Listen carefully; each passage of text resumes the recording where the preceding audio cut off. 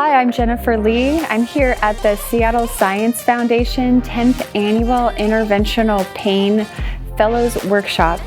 It is really the best one I've been to in several years. We have a huge group of fellows from across the country who are learning the latest techniques in interventional pain management.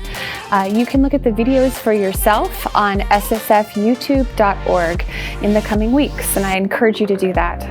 Now here's what else is happening this week at SSF. Dr. Mohammed Labib from the University of Maryland will be our guest speaker on Wednesday at our cerebrovascular Q&A. Also, mark your calendar for December 9th when we'll hold our 9th annual SSF robotics course.